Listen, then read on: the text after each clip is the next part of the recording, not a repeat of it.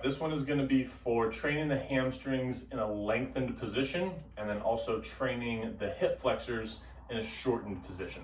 So I'm going to get into a kind of modified lunge where I'm up tall, but I'm going to extend my front leg, and so my leg is almost all the way straight, but I still have a bend in it at the front. I don't want my knee to be all the way locked out here. We want to be somewhere like so.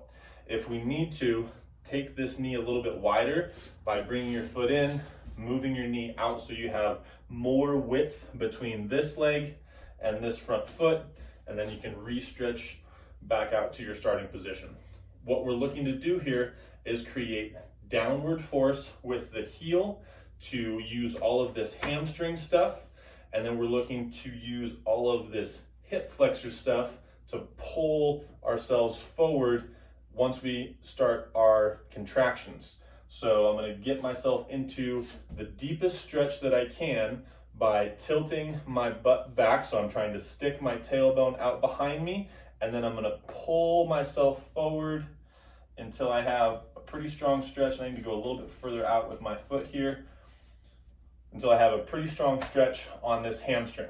So if you need to grab a couple of PVC pipes, or if you want to grab something that you can put your hands on in front here for balance, go ahead and do that. But from this position, I'm going to take a deep breath in, get tight, and then I'm going to try to push my heel down into the floor, imagining that there's a food scale underneath my heel, and as I press down, that number gets bigger. As we ramp up or go from 20%, 40%, 60%, 80%, all the way up to 100% effort, I want to try to get the number on the food scale as high as I can and then hold it there for the duration of our hold, which is going to be 10 seconds.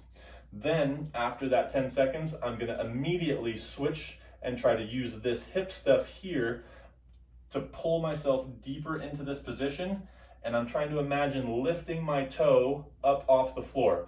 Obviously, I'm not going to go anywhere, but it's going to help pull me into this deep stretch for the hamstring, but also I'm going to pull myself with this front stuff, so it's going to strengthen in front of the hip as well. So we'll do a practice set here. It's going to be a big breath in. As I start my downward contractions, I'm pulling myself into the deepest stretch or deepest position that I can here, drawing my chest forward, and then I'm driving that heel down into the floor, increasing by 20%, 40%, 60%, 80%, and this is it all the way up to your greatest, safest effort. Now, if your greatest, safest effort is lower than 80 or even lower than 60, that's okay. Work to your tolerance. You should feel a strong, strong stretch back here.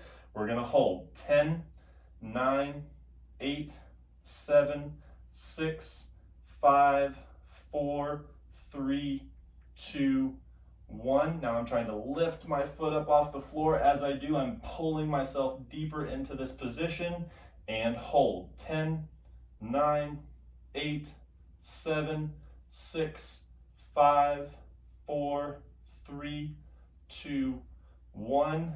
And then I would relax into the position, and I would do at least one more set here before I come back out. Okay, these are called pails and rails for knee flexion from a lengthened knee flex position.